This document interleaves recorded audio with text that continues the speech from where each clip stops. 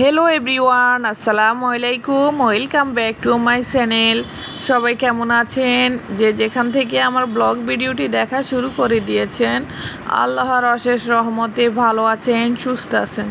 আলহামদুলিল্লাহ, আমরা সপরিবারে ভালো আছি।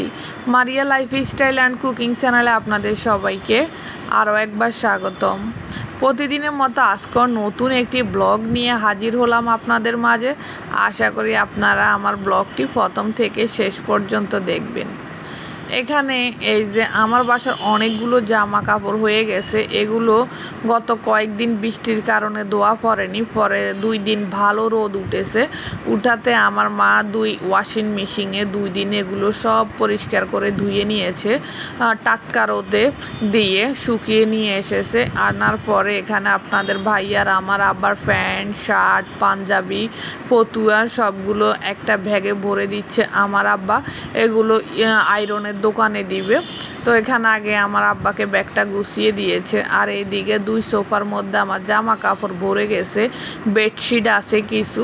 তো এই যে সবগুলো আগে মা মেয়ে 2জন মিলে এগুলো গুছিয়ে নিয়েছি। নেওয়ার পরে আমার মা চলে গেছে ছাদে।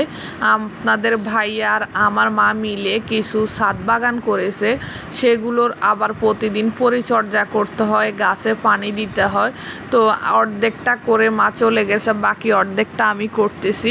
এগুলো আমি সুন্দর করে গুছিয়ে জায়গা মতো রেখে দিব, কারণ যখনকারটা তখন ব্যবহার করতে পারবো নিয়ে। অনেকগুলো জামা কাপড় হয়ে গেছে তো এজন্য। তো এখানে আমি বেডশিটগুলো ওয়ার্ডরোবে রাখবো, লুঙ্গিগুলো প্লাস্টিকের ওয়ার্ডরোবে রাখবো, যারটা সেখানে রেখে দিলে আর পরার সময় খোঁজাখুঁজি করতে হবে না। তো এখানে এই যে আমি বেডশিটগুলো ওয়ার্ডরোবে রেখে দিয়েছি। তারপরে চলে আসলাম এই যে স্টিকারের মধ্যে ডেট বসানোর জন্য। এখানে আমি 50টা স্টিকারে ডেট বসিয়ে দিয়েছি, কারণ এগুলো যদি আগে করে রাখি তাহলে আপনাদের ভাইয়া যখন তখন ফ্রিজ থেকে এগুলো বের করে স্টিকার লাগিয়ে নিয়ে যেতে পারবে, আমাকে আর প্রয়োজন পড়বে না। তা আমি ওর কাজগুলো সুন্দরভাবে আমার করতে পারবো, না হয় একটু পর পর আসবে আর ডেট বসিয়ে দিতে হবে, স্টিকারের মধ্যে ঝামেলা। তো এখানে আমি আমার সামনের রুমের সবগুলো কাজ আমি শেষ করে চলে আসছি কিচেন রুমে। আমি রান্না করার আগে আমার কিচেন রুমটাকে ভালো করে আমি পরিষ্কার করে নিই। পরিষ্কার করে তারপরে আমি নাস্তার প্রিপারেশন নিই, রান্নার প্রিপারেশন নিই।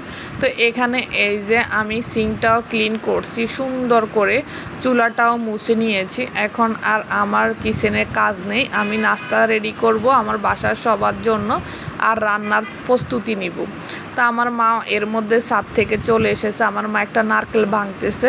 আর এদিকে আমি মূলা, তারপরে করলা, টমেটো, ধনেপাতা, কাঁচামরিচ, যা প্রয়োজন রান্নার যাবতীয় সব কিছু আমি ফ্রিজ থেকে বের করে নিচ্ছি একইবারে। তা আমার মা এগুলো আমাকে কেটে বেছে দিবে, আমি রান্না করব।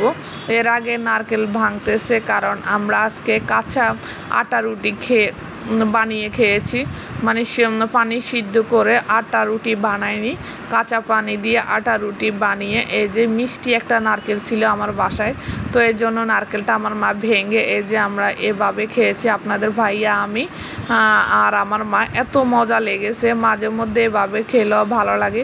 প্রতিদিন রুটি ভাজি তারপরে পরোটা ভাজি ভালো লাগে না, মাঝে মধ্যে একটু আনকমন কিছু খেলেও মজা লাগে।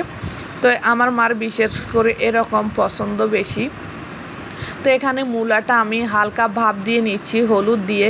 মূলার যে একটা বাজে স্মেল, এই স্মেলটা চলে যায় যদি মূলাটাকে হালকা এরকম হলুদ গুঁড়া দিয়ে ভাপ দিয়ে পানিটা ফেলে দেওয়া হয়, তাহলে কিন্তু মূলা থেকে অনেকে মূলা খেতে চান না, কিন্তু এভাবে মূলাটাকে একবার ভাপ দিয়ে ফেলে রান্না করে দেখবেন, যে না খাবে সেও খাবে। আমার বাসার সবাই খায়, আমার আব্বাই খায় না। আমার আব্বা বলি আমার মা বিয়ের পর থেকে কখনো দেখিনি আমার আব্বাকে মূলা খেতে, তো আমার আব্বা কখনো মূলা খায় না।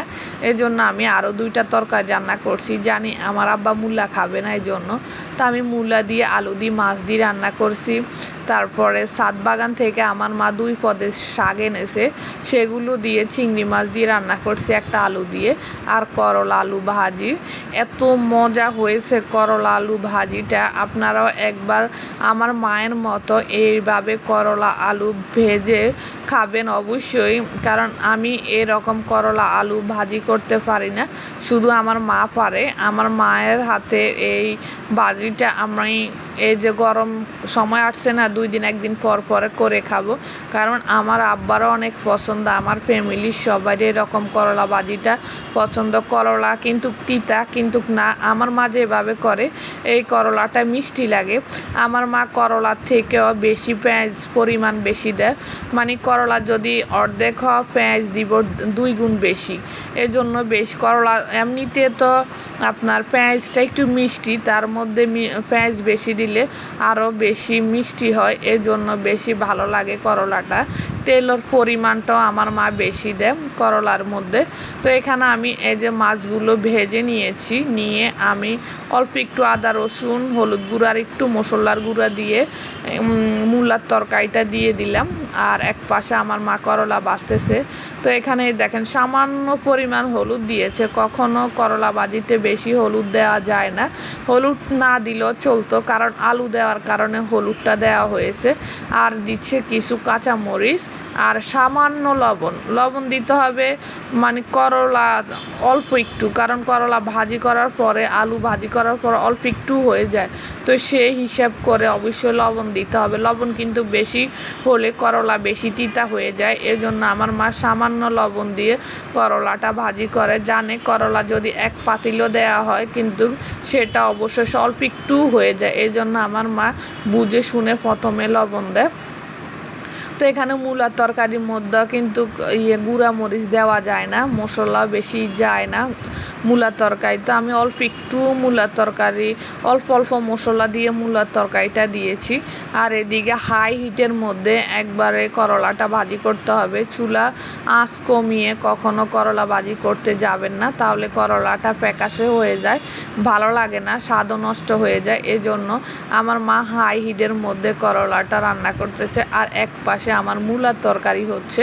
কারণ আমার এখানে কিন্তু গ্যাস সব সময় থাকে, কখনো মাঝে মধ্যে একটু গ্যাসের চাপ কম থাকে, না হয় আমি তো ঢাকা বিশ্ববিদ্যালয় কোয়ার্টারে থাকি সরকারি, এজন্য আমাদের এদিকে গ্যাসের কোনো কমতি নেই, কারেন্ট সব সময় থাকে। আমার সব দিকে শুনি কারেন্টের খুবই সমস্যা, কিন্তু আলহামদুলিল্লাহ আমাদের এদিকে কারেন্ট গ্যাস পানির কোনো সমস্যা নাই, 24 ঘন্টা সমানে সার্ভিস দিয়ে যায়, এজন্য আমরা যখন তখন রান্না করতে পারি, কারেন্টের কোনো অসুবিধা হয় না। সরকারি কোয়ার্টারে থাকলে অনেক সুযোগ সুবিধা পাওয়া যায়। তো এখানে আমার মা করলাগুলো ভাজি করে নিয়েছে, আর এদিকে এই যে আমি চিংড়ি মাছ দিয়ে আলু দিয়ে ছাদ বাগানের 2 পদের শাক দিয়ে রান্না করতেছি। আমার মূলার তরকারিটা হয়ে গেছে, মূলার তরকারির মধ্যে আমার মা ধনে পাতা আর ভাগাত দিয়ে দিয়েছে। আমাদের আজকে 3টা তরকারি খুব মজা হয়েছে, খুব তৃপ্তি সহকারে আমরা ভাত খেয়েছি। আমাদের করলা ভাজি দুপুরে শেষ হয়ে গেছে, এত মজা হয়েছে করলা ভাজিটা। তো এখানে এই যে 2 পদের শাক বলতে লাউ শাক আর ডাঁটা শাক, এগুলা ছাদের মধ্যে হয়েছে। তো আমার মা সকালে ছাদে গিয়েছে, তখন এই শাকগুলো নিয়ে আসছে। আপনারা যদি আমার চ্যানেলে নতুন হয়ে থাকেন প্লিজ চ্যানেলটি সাবস্ক্রাইব করে বেল বাটনটি অন করে দিবেন। আমার ভিডিওর কোনো অংশ যদি ভালো লেগে থাকে তাহলে একটি লাইক দিতে পারেন। ফেসবুক পেজ থেকে যদি ভিডিওটি দেখে থাকেন তাহলে পেজটি ফলো দিয়ে লাইক দিয়ে আমার পাশে থাকতে পারেন। আর আপনারা যারা অলরেডি এগুলো করে রেখেছেন প্রিয় ভাইয়া পুরো আপনাদের সবাইকে অসংখ্য ধন্যবাদ। তো এখানে দেখেন মূলা দিয়ে আলু দিয়ে মাছ দিয়ে, তারপরে ছাদ বাগানের শাক দিয়ে আলু দিয়ে চিংড়ি মাছ করলা আলু ভাজি, আজকে আমাদের এই 3 তরকারি দিয়ে আমরা দুপুরে খাবার খেয়েছি। তো প্রিয় ভাইয়া পুরা আজকে পর্যন্ত, আল্লাহ হাফেজ, আসসালামু আলাইকুম।